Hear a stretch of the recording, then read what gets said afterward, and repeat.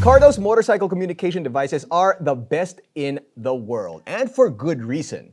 DMC is an absolute game changer, whether you're talking about the motorcycle communication technology or the 80s hip-hop group. All kidding aside, does Cardo's latest communication device have the edge over the Bold? Let's find out from behind the desk. The Packtalk series of devices have been around since 2015. Fun fact, it started out being called as the Scala Rider Packtalk Bold. Then Cardo thought that name was too long, so they settled for calling it the Packtalk Bold and upgraded its guts over time. From there, the device was repacked and slimmed down, resulting in the Packtalk Slim. And now, the latest and greatest form factor is the Packtalk Edge. Let's talk about the build and design. The Packtalk Bold, as you can see here, has a finish that is glossy, which is, as we all know, prone to scratching and, well, it's just not going to look too good over time. Meanwhile, the Packtalk Edge is matte with some rubberized materials, and it does feel a little bit more premium than the Bold. So the Packtalk Bold, or the black, which you see on this helmet right here, has this pop-up antenna, which on the side of the helmet actually kind of looks like a, straight from a sci-fi movie, which I kind of like. I kind of like that look. The Edge doesn't have that. However, because it doesn't have that, it's also not prone to another part breaking off in case you drop the helmet or something along those lines. So just because the Edge does not have the pop-up antenna, it does not mean that the range is less. In fact, if you ask me, I actually feel like the range of the Edge is more than that of the Bold with the antenna up. Though not everything is good with the redesign, at least in our opinion, from an aesthetic standpoint, the Edge is definitely better looking. But the Bold feels a little more ergonomic. Case in point, the buttons are easier to press with the Bold, but with the Edge, you have to get used to putting a little more force whenever you want to interact with the device. Meanwhile, the volume wheel is much smaller on the Edge compared to the Bold. The Edge's volume wheel is nicer to roll through, but kind of hard to find due to its small size. Or it could be that we're just not used to the Edge just yet. But there's no denying that size matters if you want to set the volume higher or lower without looking for the right spot. So back to what's great with the Cardo Packtalk Edge. Finally, a USB-C port. If you use an Android phone, you only need to bring one cable with you, unlike the Packtalk Bold, which is still using micro USB. On top of that, the Edge gets fast charging. Cardo states that you can get up to 2 hours of talk time with just a 20-minute charge, thanks to USB-C. Oh, and over-the-air updates. No need to connect to your computer. Now, I want to comment on the battery life of both. From my experience, the Edge has a longer battery life compared to the Bold or the black. Case in point, when I was in the Himalayas, I accidentally pulled out the charger of the Packtalk Edge. So that was at night before we rode out the next day, which meant that the unit was not charged for nearly 24 hours. That's after 12 hours of riding the previous day.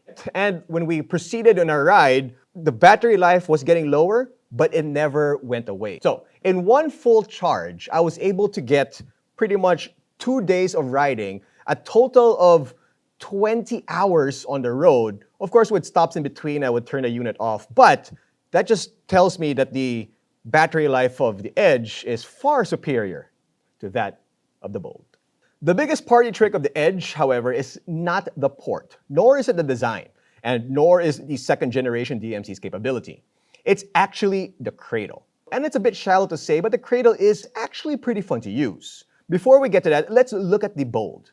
Putting it on is not really special. It's basically one tab in the front and the click in the back. Push the unit in until you hear a click. To release, pull the tab and done. The problem with this system, and one of the reasons why Cardo felt like they had to change it with the Edge, is because of its redundancy. Why? Because if this clip breaks, as you can see here, Earl destroyed his already, then bye-bye Cardo. You can't hook it onto your helmet. So with the Edge, there are now several redundancies to make sure that your device stays put in its cradle, using what Cardo calls air mount, which is marketing jargon for a magnetic mounting system with clips and a slide release.